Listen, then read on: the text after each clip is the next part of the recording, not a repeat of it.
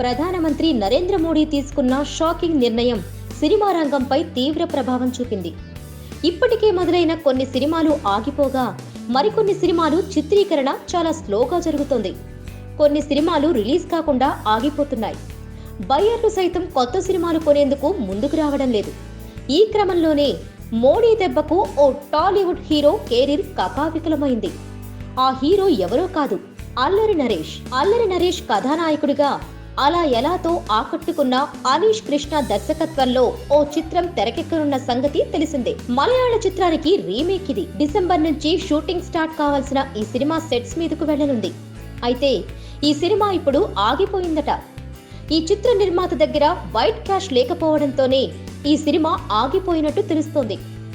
ఇక ఇప్పటికే పెద్ద నోట్ల ఎఫెక్ట్ తో నరేష్ చిత్రం ఇంట్లో దెయ్యం నాకేం భయం సినిమా విడుదల ఆగిపోయింది. నరేష్ ఒప్పుకోవాల్సిన మరో 2 సినిమాలు ఇదే కారణంతో ఆగిపోయినట్లు తెలుస్తుంది.